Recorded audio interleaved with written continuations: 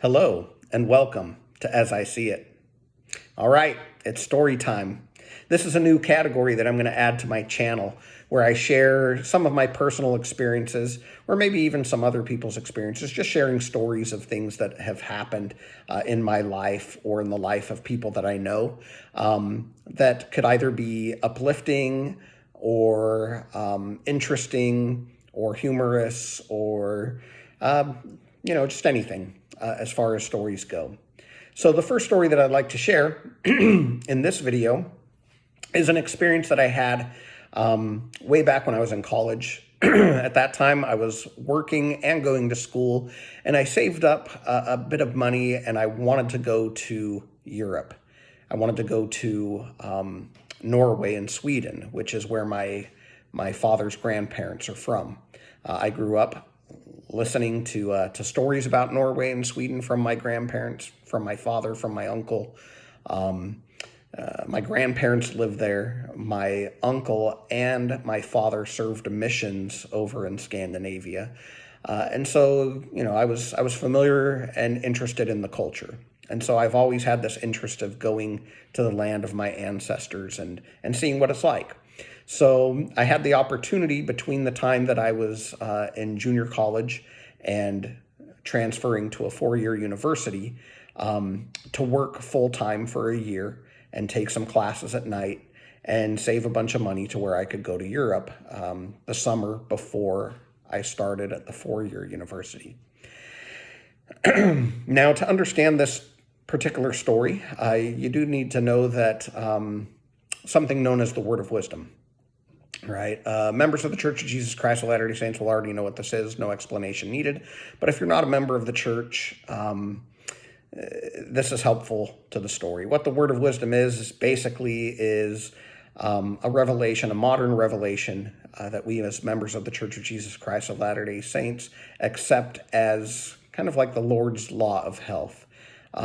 We're instructed in this revelation to do certain things that are good for our bodies, such as things like exercise and to eat well, fruits, grains, vegetables, things of that nature, to take care of our bodies, since our bodies are a temple, if you will, to the Spirit. And then also it discusses things that we should avoid, things that could be harmful to our bodies, things like alcohol and tobacco and coffee, tea, or illicit drugs, or, just anything that could be destructive of our bodies, we should avoid. And there are certain promises that the Lord gives us if we are true and faithful to living this commandment. So that's, in a nutshell, what the word of wisdom is. Now, that'll be important. You'll see later on in the story. But anyway, I was traveling around Norway and Sweden for about 4 weeks on my own. I just grabbed a backpack, headed on over, and I had a connection there that I stayed with the first night that I was there, somebody that I had met that came from Norway that stayed with my family for a short time. And then I was off on my own. I got a ScanRail ticket, which is a train ticket that you can use throughout Scandinavia. You pay a one-time upfront fee, and it's good for a month. You can hop on any train you want, go anywhere you want within Norway, Sweden, Denmark, and Finland. That's what a ScanRail pass is. So anyway, during my travels, I had the experience to travel from Norway to Sweden to go to a city called Gothenburg, or Gothenburg, as it's more commonly known amongst English speakers. It's the second largest city in Sweden. It also happens to be the area in which my grandfather was born. So I visited an area nearby, a city called Trollhättan, and was able to experience kind of this smaller town where my grandfather was born and raised. And then, of course, he worked in the city and so forth before coming to America. Anyhow, there's lots of interesting things to see, anywhere you go in the world, and such was the case with Sweden, and in particular with Gothenburg. One of the places that I wanted to see in Gothenburg was a fortress that was outside of the main part of town. This fortress is called Bohus Fortress.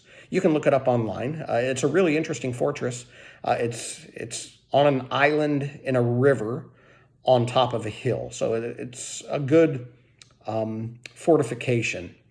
If I recall correctly, I believe it was the only major fortification in Northern Europe that was never overthrown by an enemy.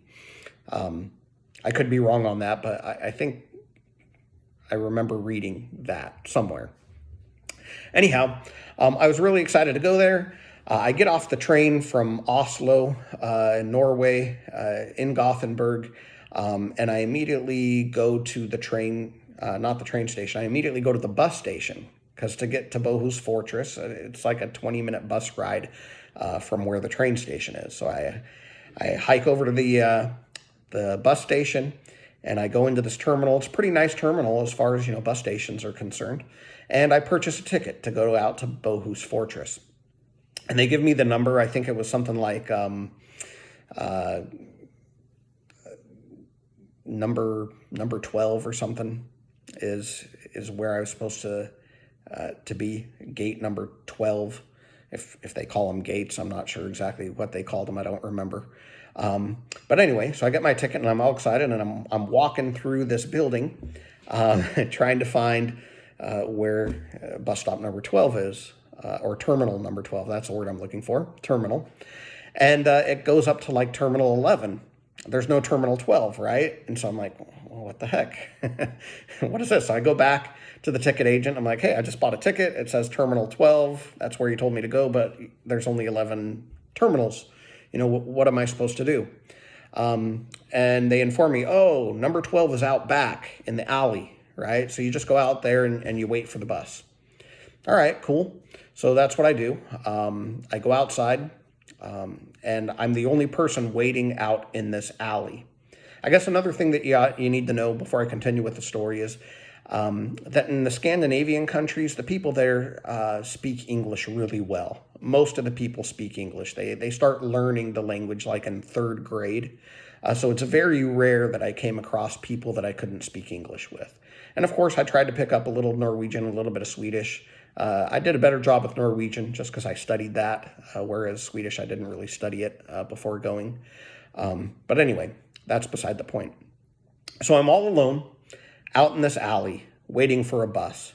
And as I'm waiting, all of a sudden from around the corner comes this prototypical Viking looking guy. I mean, he's just big, big flowing blonde hair, big old shaggy beard and so forth. And, he just looks like a Viking, right? And he comes around the corner and he sees me and he's like, hey, how you doing? I'm like, I'm good. He's like, hey, do you like to read? I'm like, yeah, I like to read. I was in college. I'm an English major, so reading is right up my alley, right? So I'm like, yeah, of course, I love to read. He's like, that's great. I've got this great book for you, right? And before he pulls it out, I could tell that the guy was just completely smashed, right? He was just completely drunk, right? And at that moment, he pulls out a copy of the Book of Mormon, right? And he's like, have you ever heard of the Book of Mormon? Right? And I just start laughing. And he's like, what's so funny? I'm like, well, I'm a Mormon. He's like, oh, you're a Mormon. He's like, that's great. He's like, I really like Mormons. And then he kind of leans into me, right? And he's looking around, to make sure nobody's listening or what have you. And he whispers to me, he's like, but I don't think I'd make a good Mormon. Right? So I got this drunk guy proselytizing, giving out Book of Mormons, and he's not even a Mormon himself, right? It's just crazy. And then literally, like just a few seconds after that, another guy comes around the corner. Big, tall, skinny guy with a shaved head, looks, like a skinhead or something, right? Somebody walking straight out of the punk era. And he's drunk as well. And he sees me and he yells out, hey, do you like to read? And his buddy's like, Don't worry about it. He's already Mormon. So I've got two drunk guys giving out copies of the Book of Mormon in Gothenburg, Sweden. What's the odds that they're going to find probably one of the few people in that region of the world that's actually a Mormon? I never asked them. I wish that I did, to figure out, what the backstory is. What I'm guessing, I don't think that they just go out proselytizing and giving out Book of Mormons, although that would be really cool if they did. My guess is that they came across some missionaries.